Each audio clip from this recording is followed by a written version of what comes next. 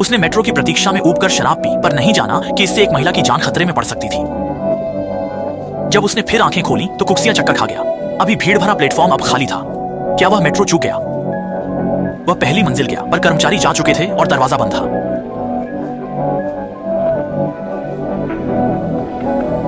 जब क्विक्सिया असमंजस में था, आखिरी ट्रेन आई। वह जल्दी से उसमें चढ़ गया।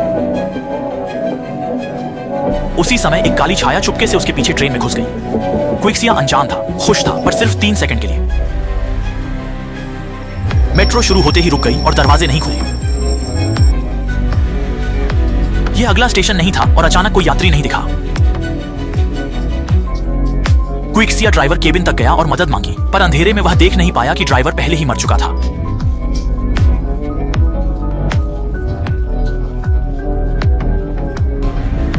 अगले पल ट्रेन पूरी तरह अंधेरे में डूब गई। फिर पीछे से मोबाइल की रोशनी दिखी।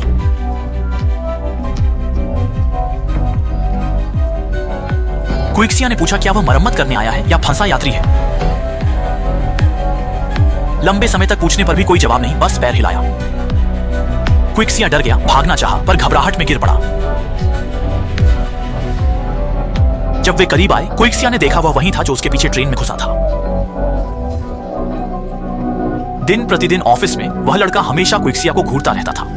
देवी को पाने के लिए उसने सोशल मीडिया पर अफवाह फैलाने का प्लान बनाया। लेकिन लोह पुरुष को पता नहीं था कि क्विक्सिया आमतौर पर थोड़ा सेक्सी कपड़े पहनती थी, पर वो कभी भी गंदे लोगों को स्वीकार नहीं करेगी। ये सुनकर लोह पुरुष घबराया नहीं। उसने सबके सामने अपनी मुहर तोड़ने का फैसला किया, चाहे क्विक्सिया माने या ना माने।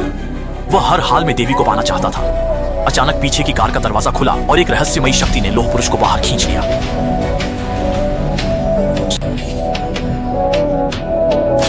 उसके पास सोचने का समय नहीं था। क्विक्सिया बस एक एक करके गाड़ियों से गुजर सकती थी। जबरन कैब का दरवाजा खोलकर छिप गई।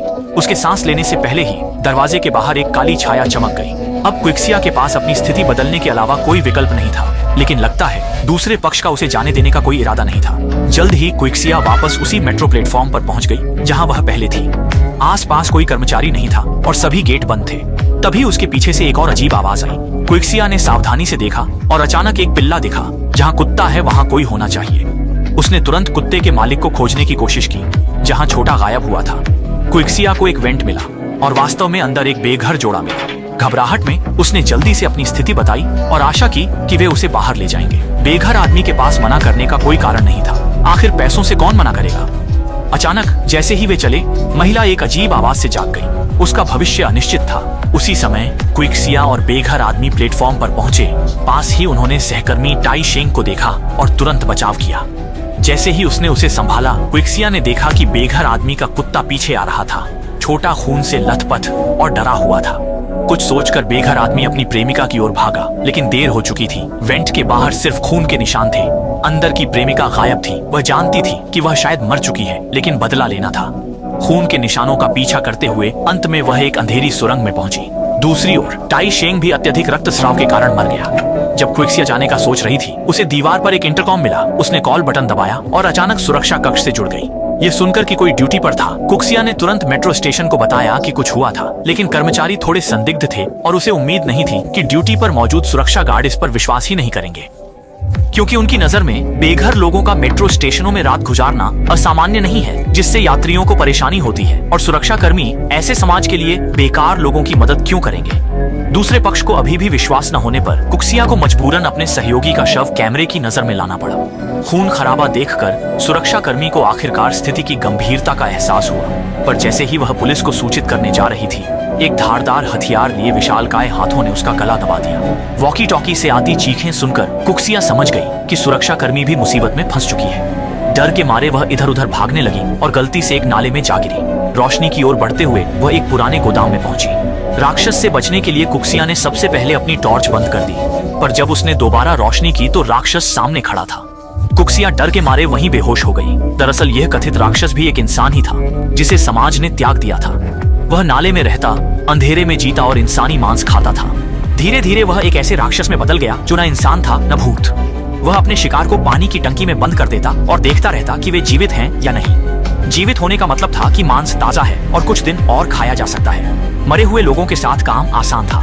वह लाशों को जहां तहां फेंक देता ताकि चूहे उन्हें खा लें, और जब उसे शिकार न मिले तो भूख मिटाने के लिए चूहे ही सही। राक्षस के जाने के बाद ट्रिक्सिया भी जागी। उसने कठिनाई से शरीर हिलाया, आसपास देखा और काले आदमी से जाना कि पिंजरे के नीचे छेद है। राक्षस दरवाजा बंद करना भूल गया, अब वे तैर कर बच सकते हैं। काला आदमी चौंका क्योंकि वह तैर नहीं सकता। ट्रिक्सिया ने सांस लेकर डुबकी लगाई, तभी राक्षस आया। काले ने मृत होने का नाटक किया। ट्रिक्सिया ने जूता उठाकर राक्षस की आंख में मारा और पिंजरा खोला। जब तक राक्षस संभला वे वहां से निकल गए। गलियारों में लाशें थीं और अधिकतर दरवाजे बंद थे। एक रोशनी वाले कमरे में पहुंचे जो ऑपरेशन थिएटर था। वहां एक मृत महिला पड़ी थी। ट्रिक्सिया समझ गई कि राक्षस पुरुषों को खाता है और महिलाओं को प्रजनन के लिए रखता है। वह रोई, फिर आगे बढ़ी। निकास पर पत्थर या ईंटें लगी थी। सौभाग्य से ट्रिक्सिया ने दरारें देखी, पीछे जगह लगी। काले आदमी ने छेद बनाया। ट्रिक्सिया अंदर घुसी, तभी राक्षस आ गया।